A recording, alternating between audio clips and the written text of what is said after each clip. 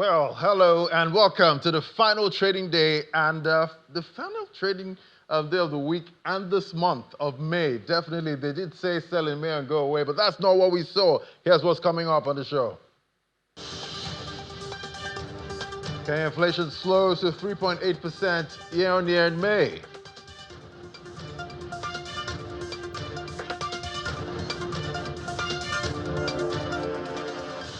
And South Africa's central bank cuts rates as inflation risks ease.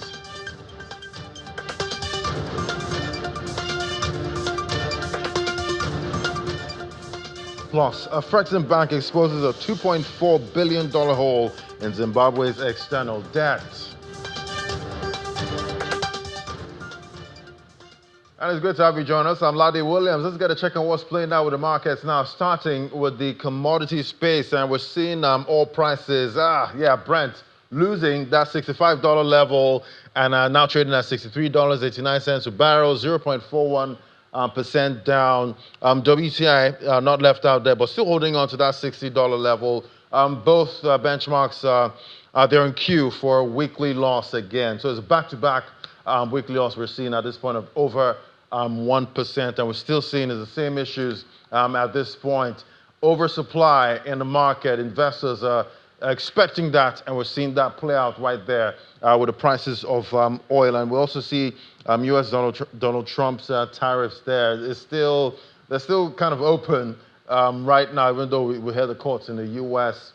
They try to stop the U.S. president, but right now, they're on this hold at this point, so the tariffs stay with what we're seeing so far in the markets. All right, to the metals market now, the safe haven trade, how's that looking? Gold prices, it's red across board there, 0.5% down for spot gold, but still holding on to that $300 level of the $3,000 mark. U.S. gold futures down 0.5%.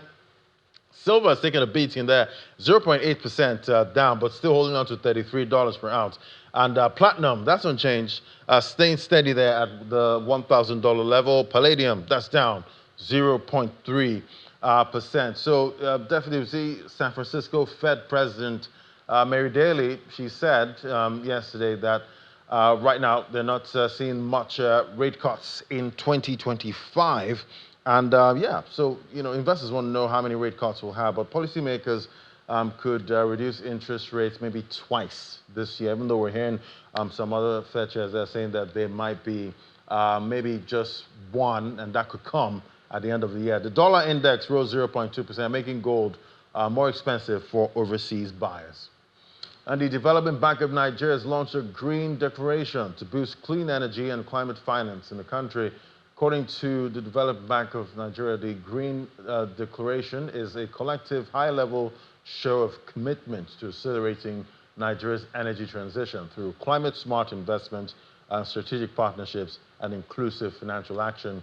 DBN adds that the declaration was signed in Lagos, which had in attendance stakeholders from finance, development, and government, signaling a unified intent to position green finance as an economic opportunity. And global credit rating agency Fitch Ratings affirmed Fidelity Bank PLC's long-term issuer default rating at B and upgraded its national long-term rating to A+ from A. The upgrade reflects the bank's strengthened capital buffers and improved profitability, signaling continued positive momentum in its performance. According to Fitch, the rating upgrade is underpinned by Fidelity Bank's successful capital raise through a rights issue and public offer, as well as a notable improvement in profitability, driven by higher interest income and stable base of low-cost current and savings deposits. And Mauritania's Sidi Ouattara has been elected president of the African Development Bank Group, and Ouattara was elected among 3 other contenders at the bank's annual meeting held in Abidjan, Côte d'Ivoire, by the bank's board of governors, comprising finance and economy ministers, central bank governors of Group's 81 regional and non-regional member countries. This comes as Nigeria's Dr. Akinwumi Adesina takes a bow after serving as the president of the Multilateral Finance Institution after a decade in office. Our business editor, John Mekwa, reports. After 4 days of intense meetings, considerations, and asking the question of who can best handle the future of the African Development Bank, well, the climax of the 2025 annual meeting has been reached. The responsibility lies with the Board of Governors, which is the highest decision-making organ of the group, appointed by each member country from the 81 regional and non-regional areas. The body went through 4 rounds of voting in the 4 days, eliminating candidates with the lowest vote in the first 3 days of the exercise, leaving 3 of the 5 candidates for election. And finally, the president-elect of the African Development Bank Group is revealed. The Mauritania candidate, Sidi Ota. Now let us go to work. I am ready.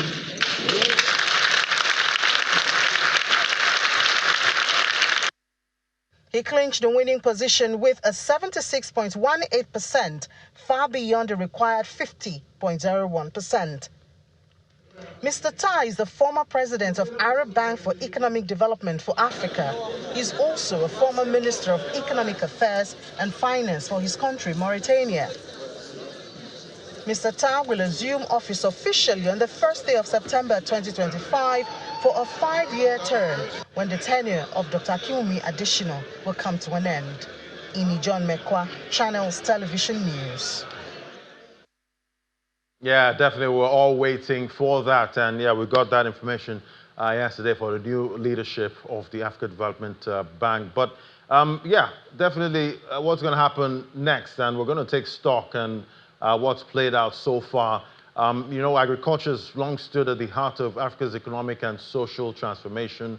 Over the years, the African Development Bank has played a pivotal role in driving agricultural development through initiatives such as the Feed Africa, supporting infrastructure innovation, finance and resilience across the continent, and also in Nigeria. But let's talk to Tunde Banjoko now, the CEO of Banjoko Farms. Join me via Zoom.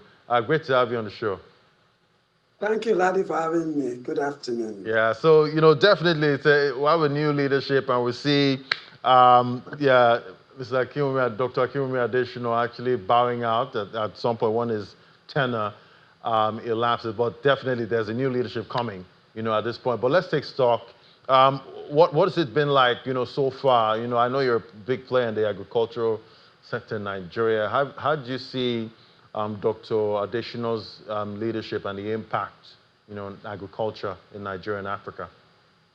Okay, so I would say congratulations first to Dr. Akinwumi Adesina, and it's a pride that such a person is coming from Nigeria.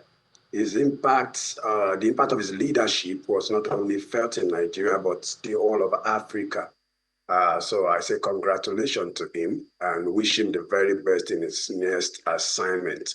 So looking at what his impact has been in agriculture, he really came up with several initiatives, not only in Nigeria. Maybe we'll talk about the one he did in Africa, of which Nigeria is part of. For Nigeria, he initiated the Special Agro-Industrial Processing Zone, like you highlighted recently, just a few minutes ago. And that's really a very strategic project. And the way it's been organized in such a way that it's not just run by them, with their other partners, the state also involved. Being a government-private partnership project with such organization, I think it's going to revolutionize food production. And what are they looking at in this thing? They want to have a hub for production, for processing, and even for distribution, where each state will focus on where they have comparative advantage, which has always been the cry for most of us in the sector, that if each state, each region will focus like we did in the 60s, because that's what actually happened in the 60s. Every region focused on where they had comparative advantage, and that's the same thing we are doing. And like you look at what they are doing, they've launched 2 phases in Nigeria now. They've launched in Kaduna, where Kaduna will be focusing on maize, soya beans majorly, and then they've launched in Cross River. Cross River will be doing cocoa, cassava, rice. They are coming to Ogun State. Ogun State will be doing cassava, will be doing rice. The same thing with Oyo. Imo is focusing on dairy. So it's a very good initiative that once every state plug into this project, food production. And one thing that African Development Bank, Dr. Kim Adesina has been emphasizing is the fact that we have to reduce our dependency on importation. Through this, we reduce dependency on importation. There will also be rural development. And if there's rural development, then our rural-urban migration will also reduce, meaning we'll have a lot of investment also going into those communities. Like recently, you see some street lights being done and all those things, transformer and all those things. So I think it's a very good initiative that Dr. Akinwumi Adesina initiated. And I think I give him applause for that. The other one is also the tax that he also initiated in Nigeria and other African countries. I mean, transforming Africa agriculture through technology. Now they are doing that in collaboration with IIT and some other partners, where they are bringing technology into agriculture, mechanization. They've done the first phase. Now they're in the second phase, where technology is being encouraged. And during this, we saw how you can transform cassava through mobile processors on the farm. We've seen a lot of mechanization now. They also introduced the cassava planter, cassava harvesters. If I'm right, I think they introduced it through the TAT project, and that's really helped with commercial agriculture, meaning you can do large scale because you have planters, you have harvesters. They did a lot in that space. So they are bringing technology into agriculture where we can use technology, mechanization, improve seedlings, fertilizers, and all that. So those are some of their initiatives in Nigeria. They also did a community-driven project where the community should be involved. They spearheaded the conversation that the community should be involved in the issues affecting them, so that it should be a joint, solution, and that they can own the solution and bring about development to their community. So that's for the Nigerian sector. And we also benefited in some of the other initiatives, like the one they did the African Food Emergency Facility, for example, after the Ukraine war. They did that in 33 states. That's a very laudable, 33 countries rather, in Africa. That's a very laudable project because we saw the impact of the Ukraine war on Africa. So it did something very fast. What he did was to say, okay, most countries are affected because we relied on Ukraine, Russia for some of our grains. So what did they do? They quickly came up with strategy to give grains, seedlings, fertilizers to farmers in 33 countries in Africa. So that's a very laudable and timely intervention that I think should be sustained. And then we also look at the food safety for Africa that they also initiated, that they want to end poverty in Africa. They want to end the level of extreme poverty, malnutrition in Africa. Those are also very good initiatives. We'll also look at their agri-food SME financing mechanism, whereby they want to look at how can funding get to farmers, smallholder farmers, without much bureaucracy, right, through their various partners. Yes, Mr. Badriko, that takes me to my next question. Definitely talking about access, for some of these smallholder farmers. How do you see the efforts so far? How have they impacted those rural livelihoods? Food security, poverty reduction, across member states. How would you quantify that?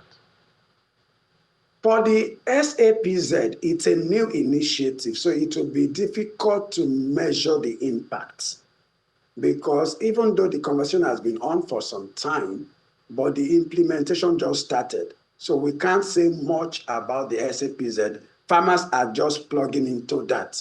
But for the TAT, I can speak for the TAT a little. I think most communities benefited from the mechanization because they could see large operations and when you have large operations, people doing 1,000 hectares, 2,000 hectares, you definitely will have to involve the locals in your operations. So I think that if you go to a state like Oyo State now, which is one major hub for cassava, you see that they've actually revolutionized a little Oyo and a part of Ogun. Now people do a bit of large-scale farm in those communities because of the impact of mechanization. And of course, it impacted their income and revenue. So I could speak for those. And then in countries like Ethiopia, when they introduced some varieties for them, for their wheat, Ethiopia doubled their annual wheat production. So I could also speak for Ethiopia and some of those, Eastern nations. So those would be my comment on their impact that can be Right, verified. and definitely there's a new leadership now, and very soon, once Dr. Akiwumi's tenure, elapses, then they'll take the new leadership will take over. But what do you think is the agenda, for this new leadership? Where do you think they should continue the effort, so far from what we've seen? What do you think they should change, going forward? I would say congratulations to the new AfD president first, Mr. Sidi called. He should continue some of those initiatives because our problems in Africa are actually similar. All African countries, we are still battling poverty. We are still battling low yield and mechanization. So I would say for now in the agri space, the SAPZ, Special Agro-Industrial Processing Zone project, that is in most African countries should still continue because most of them are at their initial stage, except for Ethiopia, like I mentioned, and some other countries. Most countries are still at their initial stage, so they should not halt that project, please. They should continue them. Then the third two is just in the phase two, meaning we've not really seen enough mechanization in Africa. So they should still do everything they can to mechanize our agriculture in Africa with improved seedlings. So those will be my comment for now, that they should continue those things. And then the access to finance, they should find a way to bridge it. Their target is to be able to deal directly with smallholder farmers. They should find the right partners to make sure these funds and grants that they have in mind gets to the smallholder farmers. I think that would be my comment for now. All Thank you. right. So, definitely we keep talking about, private sector involvement. What financing models do you think can unlock, more private sector investments in the sector, especially for some of these smallholder farmers and agri-businesses? Uh, oh, for now we are having a lot of educated youths showing interest in agriculture. Two things are like their major constraint. We should bring models that are technologically friendly for them to be able to access the fund. It has to be technologically friendly. If it is technologically friendly, that on their phone they can provide their details and access the fund, provide the geo map of their farm. I think that's one area we should look at. We also should not forget that most of our operations also happen in rural areas. So the rural community too should not be left behind. So we'll have to look out for maybe working with some microfinance bank in some of this community that can educate the farmers, and then we'll have to also work with most of our workers and farmers in the medium-scale farmers in some of these communities. So we'll have to work with microfinance banks, let them be able to work with the farmers in languages they can understand. And of course, we'll always talk about the interest rate to farmers. It has to be single digits, maybe 6%, 7% with good moratorium. If that is factored in, I think it will be able to boost production in Africa. All right, definitely out for Yeah. agricultural development on the continent and in Nigeria. Thank you so much for joining this conversation. That was Mr. Tunde Banjoko, is the CEO Thank you, of Daddy. Banjoko Farms. Thank you so much. Thank you, Daddy, for having me. All right, we'll take a break now. When we come back, we head straight to the TGIF trading. That's in a moment. Just stay with us.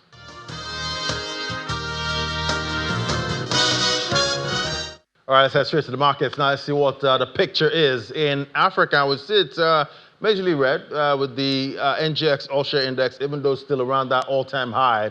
We're seeing a pullback, 4 basis points at this point, but that could flip over before the end of trade today. That's the last trading day for this week and for the month. And in South Africa, I would say 0.16% down, 94,575 points there. All right, let's get a drill down on the fixed income market now. Since 2017, Nigeria's federal government has raised over 2.2 trillion naira through its sovereign Sukuk program, a non-interest ethical investment instrument designed to fund critical infrastructure like roads, bridges across the country. I would say an oversubscription for the latest offering. I guess it's clear this initiative has captured the attention of both institutional and retail investors. Let's talk more now to Akbere Oputu, the chief dealer at Lotus Bank. Great to have you, Akbere. On the program. Always great to have you. So here we have an oversubscription now, a big one at this point for the latest offering. I guess investors are really confident, this investment vehicle. Oh yes, they are. So it's a 2.2 trillion subscription. We can see that investors are really liking to this particular instrument. And from the subscription, we could see a lot of players in the market. We saw the retail investors, we saw conventional banks, the non-interest bank, pension funds, asset managers. So it cuts across every institution. The subscription really showed that the country is ready for high interest yield instruments and also to support government infrastructures in the country. So how does the Sukuk model? We know definitely is non-interest at this point, and it's supposed to be some kind of shared agreement there. You share the loss, you also share the profits at this point. So talk to us about this latest one, and does it mean not much burden for the Nigerian government? We know it's still borrowing.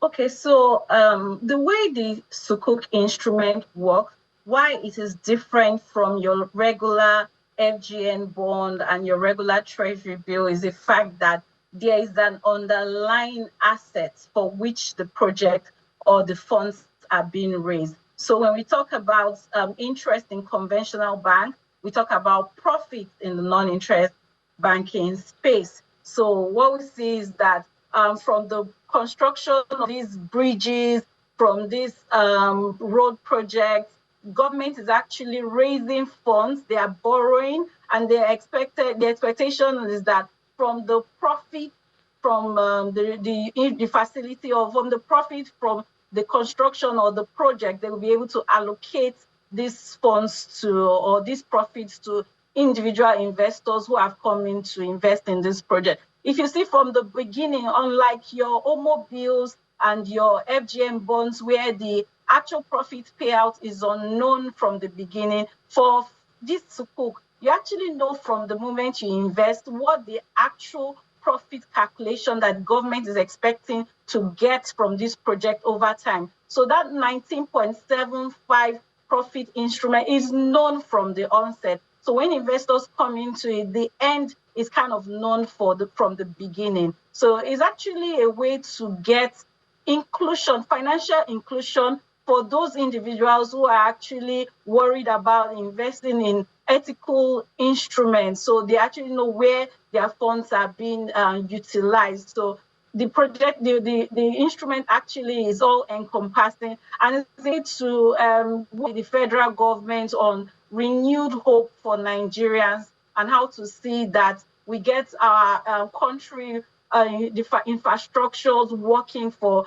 the people, the masses, the individuals. Everybody is actually involved in making Nigeria grow. Yes, and definitely looking at the cumulative performance from 2017 to about to 2025, we're seeing total subscriptions about 2.2 trillion, as you said, total funds raised 1.09 trillion. We're seeing total roads constructed, rehabilitated, about over 4,100 kilometers of roads here. So, in real terms, how would you say, Sukuk funded infrastructure and impacting Nigerians? Are we seeing it in the rural areas and underserved areas at all?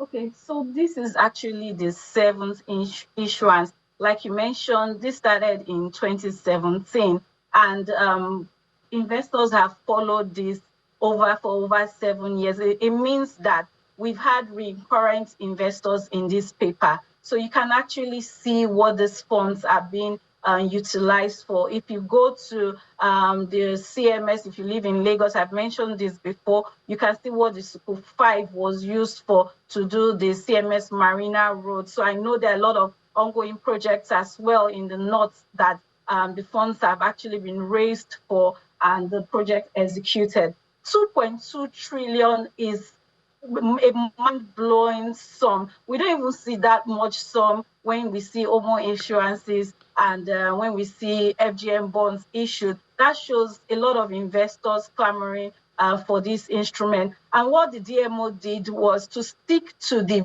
very amount that was on issue from the beginning. So it was 300 billion on offer. It was still 300 billion that was subscribed to or that was sold. That shows that if we have a project, or it gives you confidence in the government. If the government has said the cost of doing this project will cost us 300 billion, despite a subscription of 2.2 trillion, they still went ahead and stuck to the initial 300 billion. That shows that they've not come up with a just fictitious paper, and they're sticking to the project. And that's why a lot of people like to invest in the Sukuk bond. It's trust where your money is being put on. That's just it. Right, and looking at the private sector, is the private sector having some kind of participation when it comes to non-interest financial institutions and also households? You think we're also seeing them get some of these kind of non-interest loans at this time to help maybe for mortgages? You're trying to buy a car. Are we seeing that happening at all here? Oh, yes. So I will still go back to how the DMO chose to apportion the Sukuk at the end of the day. If you see the retail investors who keyed into this paper, they got 100% of how much they put actually. And that was really, really good of the DMO to do that. It just shows that we're willing to grow with the retail investors. If you're looking for where to put your money, you're looking for where to borrow funds or place your excesses at 19.75 with over 20% yield, it's actually good return. And most of these retail investors, we see them coming back to the non-interest bank to actually take those loans at single. Even we're working with the likes of the Bank of Industries to see that loans are given to small-scale businesses. The DMO, this federal government are actually giving 0% loans to retail individuals as low as 5 million naira. You can approach the Bank of Industry and see how you can assess these loans when you meet the criteria. So the administration is actually doing a lot for retail businesses to see how they can participate in growing the economy as well. All right, definitely. Are you seeing this Sukuk model as a sustainable long-term solution for infrastructure financing, going forward? Is that what you're seeing? Yes, I think so. The Sukuk bond issuance has come to stay. And there are lots of non-interest banks that are actually coming up right now. So the paper is very, very important for us because there are very few ethical instruments that you have trading in the Nigerian market. So this is one of them, and this is one of them that has been proven over time to for investors so that they actually paid. Like last year, we redeemed the first Sukuk issuance, which was in 2024. So we've tested it. We've seen that it is trustworthy. It's a good paper to invest in, and it's an ethical paper. So it is here to stay. All right, definitely. We'll keep tracking the growth, going forward for this financial instrument. Thank you so much. It was great having you. Akbari Oputu, she's a chief dealer at Lotus Bank. Thank you for coming on today. Happy Friday. Thank you, Radin. All right, let's get a check on what's happening in other parts now. We see for the Middle East and most of North Africa, we see it's negative sentiment there. That's for the That's what's playing out there in the UAE. That's current trade there. It's 0.10% down for the Dubai index. Abu Dhabi is also down 0.33%. For the close for the Saudi and Qatari index, that's the previous trade. You can put that up. The Saudi and Qatari index, you see the close for yesterday, not so bad. Looking at those other markets, the Tadawul 0.56% to close. That's for yesterday. The Qatari index 0.72%, but they've had quite a run so far before we see this pullback for the last trade yesterday. Let's look at the U.S. now. See stock futures fell this morning as investors continue to navigate volatile global trade landscape. Futures tied to the Dow Jones Industrial Average pulled back 19 points. S&P 500 futures fell by 0.1%. We see the tech-heavy NASDAQ, that's down 0.15%. And still negative sentiment there, even though we saw most of this market, come back up, after we got that court decision there regarding tariffs in the U.S. But let's get a close now, summary of the close from yesterday's trade from our correspondent, Maria Bird.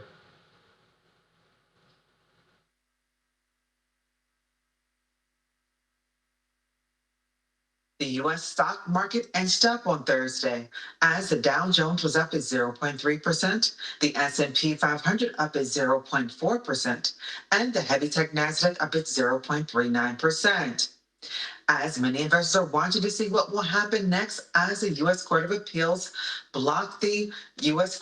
International Court's stoppage on President Trump's tariffs. This blockage would have meant that tariffs would have been on hold temporarily. But the U.S. Court of Appeals has decided that the president's tariffs will continue, at least temporarily. It is clear that companies like NVIDIA are showing growth over the day. The U.S. economy is directly responding, but the U.S. stock market is still time to see how it will respond in the long term.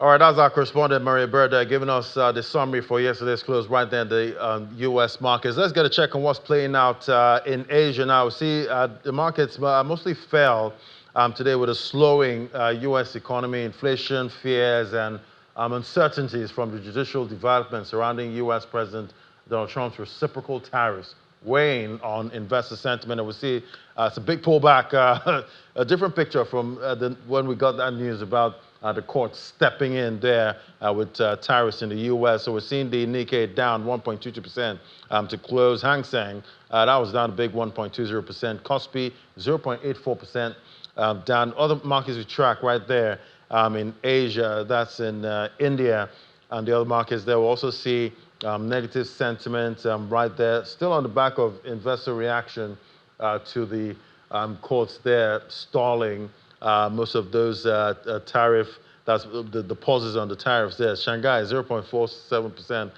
for the Shanghai Composite. Nifty 50, 0.33% down at 24,750 points.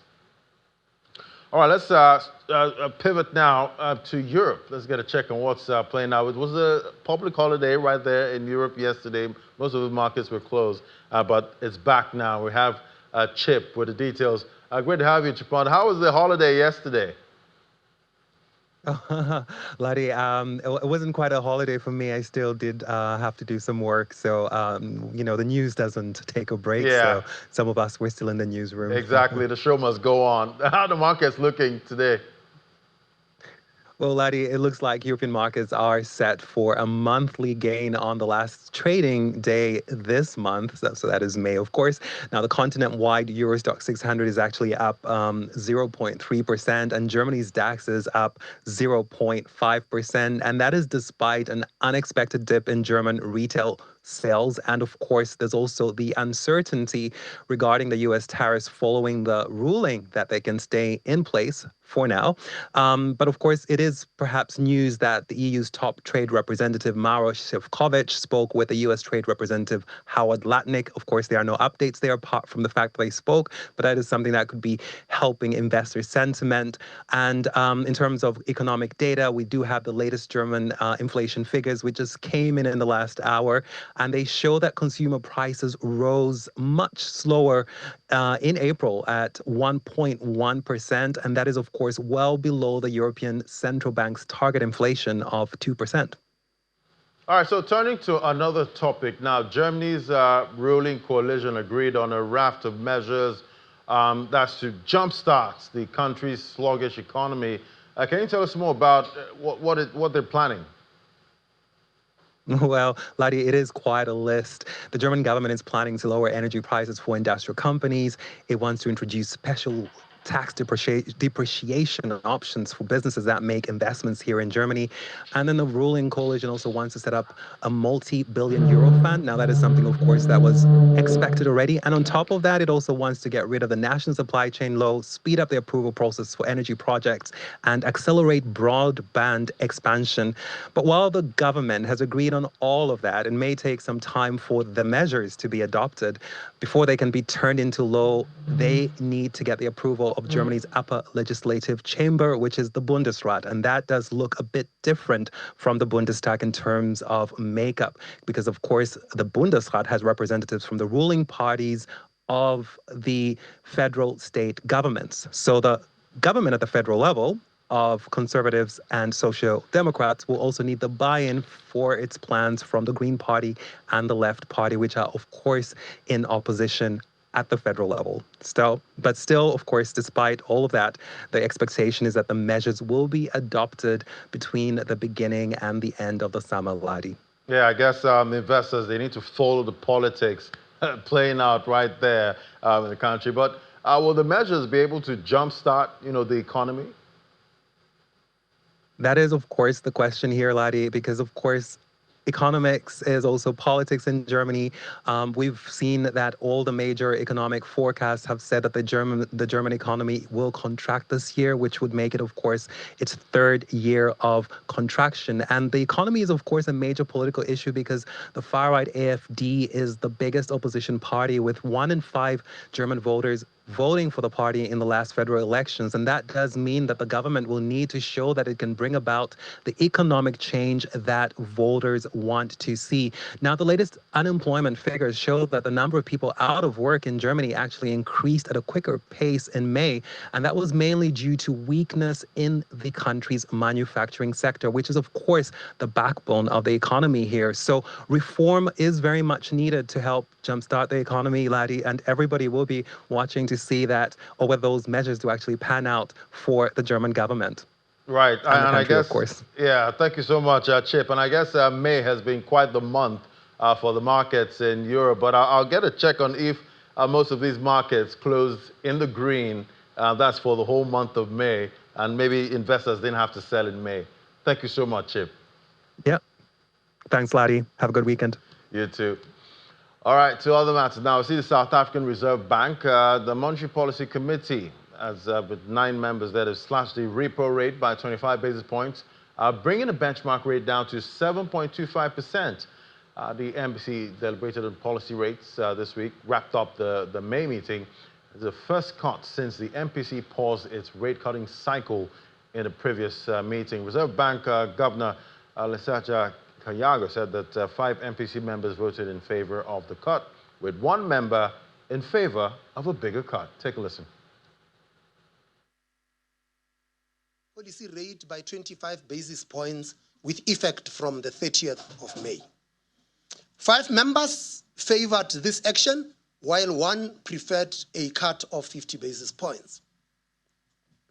While the inflation outlook appears benign, we considered an adverse scenario which illustrates the upside risks. This was based on a global slowdown triggered by escalating trade tensions where the rand depreciates sharply. The scenario showed how a country with some fundamental vulnerabilities like South Africa risks stagflation, with growth moving lower while inflation rises due to currency weakness. In these conditions, monetary policy tightens to stabilize the macro economy. In this meeting, we also considered a scenario with a 3% inflation objective, which corresponds to the low end of our target range. For some years now, internal and external analysis has shown that our inflation target is too high and too wide. Have it. Another cut, the first cut there, right there in South Africa. We see other major African economies there also, getting those cuts at this point. Will other parts get a cut? We'll definitely find out. Talking about inflation, we see Kenya's inflation fell to 3.8% year on year in May from 4.1% a month earlier. That's according to the Statistics Office. In the month-to-month terms, inflation was 0.5% in May from 0.3% a month earlier. Kenya National Bureau of Statistics also confirmed that in their data. The office said the food and non-alcoholic beverages index was up 6.3% compared to May 2024, while the transport index rose 2.3% over the same period. Kenya's inflation remains well within the central bank's 2.5 to 7.5% target range. The central bank is due to announce its next lending rate decision. That's for June 10th. In April, the bank cut its policy interest rate for the fifth meeting in a row to 10%, a surprise move in that further stimulating private sector lending.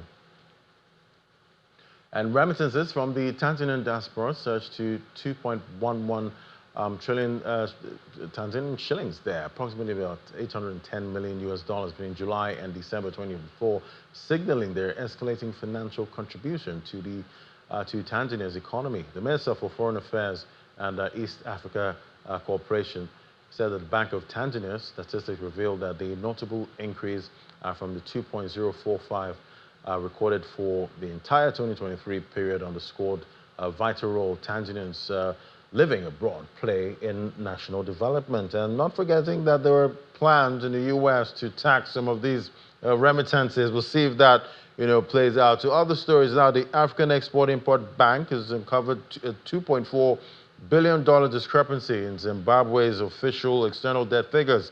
While the Ministry of Finance recently declared Zimbabwe's external debt at $12.2 billion, the Frexim Bank, the latest country brief, places the figure at about $14.6 billion for 2024. The gap in figures raises serious questions about transparency in Zimbabwe's debt reporting at a time when the country is lobbying for $2.6 billion in bridge financing and debt relief through the Structured Dialogue platform. All right, let's get a check on what's happening there. We're going to, first of all, discuss some things happening right there in the crypto industry. We've seen the market has shed about $130 billion in 24 hours. That's talking about trading the market there. We did see the market not really react to that the first time we got that news about the court in the U.S. stepping in when it comes to the tariffs in the U.S., telling the president you cannot decide those tariffs alone. And we saw the markets react. I was positive for U.S. stocks, China stocks, but Bitcoin didn't really react much there. But we're going to be discussing regulation, at this point, what to expect, for the African continent. And we see digital currencies across Africa. They're getting a lot of attention right now. But there's also that issue about taxing crypto. There's also that issue about regulation. Where are we on the African continent? To help us unpack that now, we have Sebastian Odem as a tax director at Yellow Card, joining me right here in the studio. It's great to have you. Thank you, Ladi. It's a pleasure to have you. Yeah, it's fantastic. To be here. So much happening. I remember 2016, 2017. It was wild, wild west. There was really not more conversations about who's regulating crypto, who's going to tax crypto. It was all about trades and people making 1,000% profit, 5,000% profit, making life-changing money. But things have changed. And fast forward to now, and we're seeing regulation across Africa. In Nigeria, we're seeing it's regulated by the SEC. They have rules now.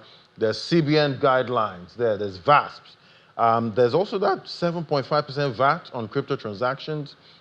Capital gains tax, that's also right there in the conversation. South Africa, crypto assets are classified as financial products under the FASE Act.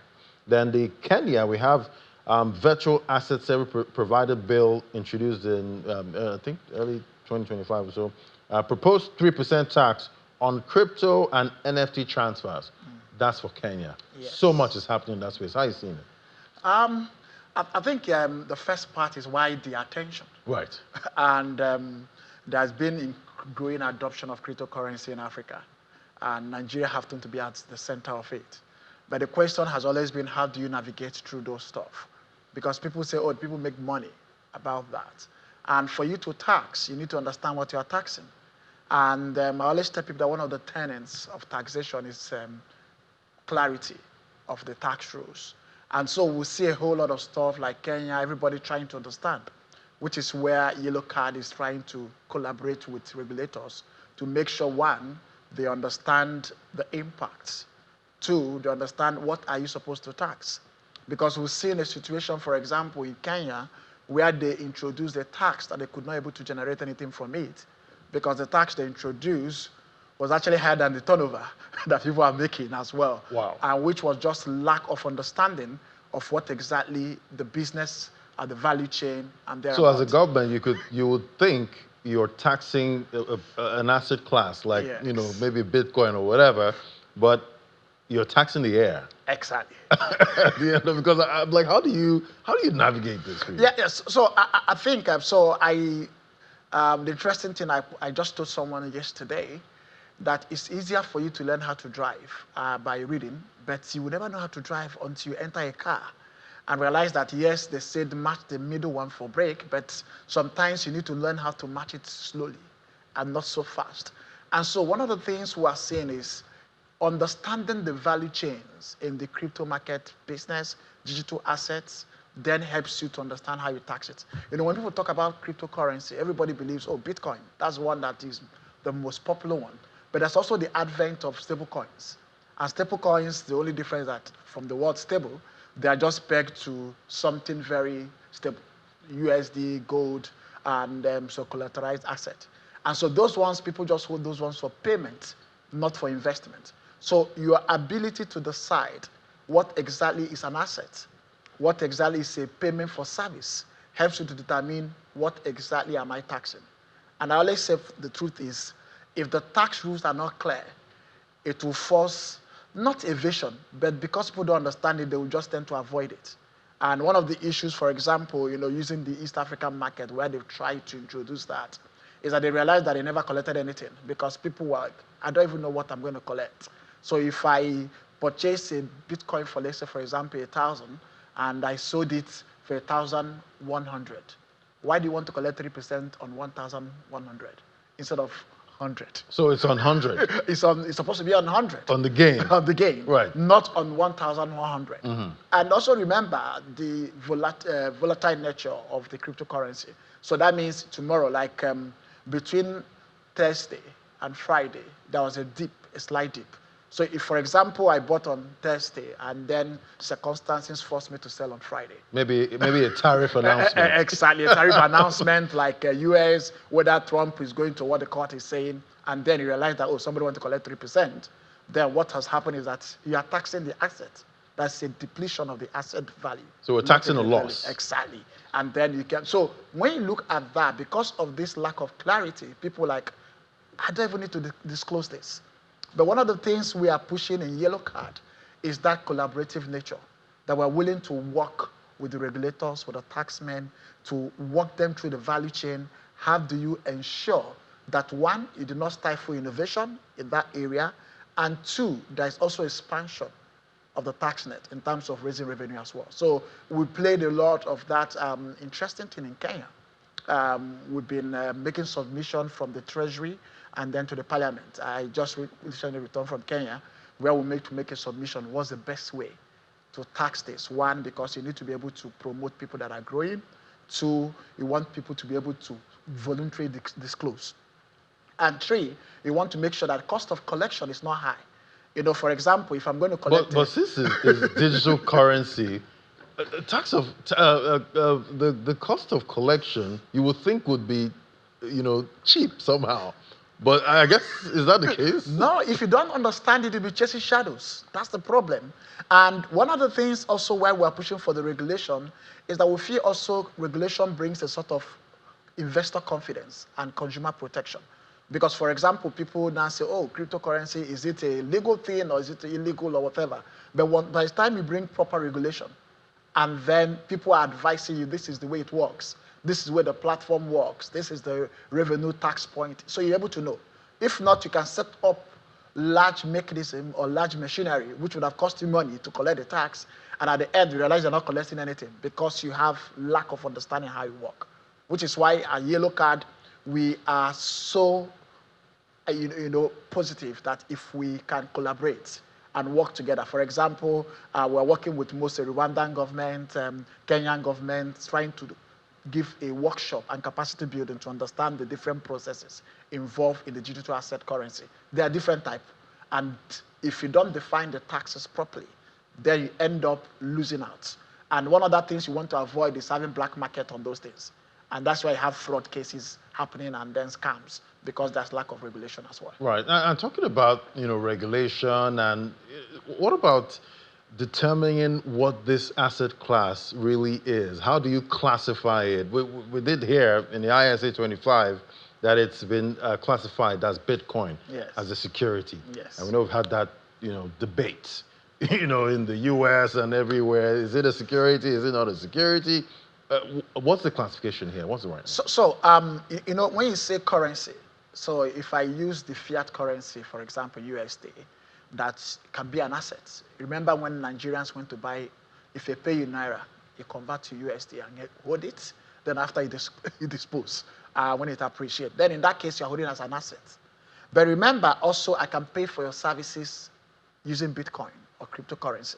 So in that case, what needs to happen is, if I pay you with regular fiat currency, which is like in Nigerian Naira, what exactly will be the tax implication of that? Then versus when I'm just holding it for appreciation. And so these are some of the little terms that need to be well detailed in the tax law for you to understand. So it can be an asset, it can also be a medium of exchange. It's an asset, it's a currency, depending on the way you use it.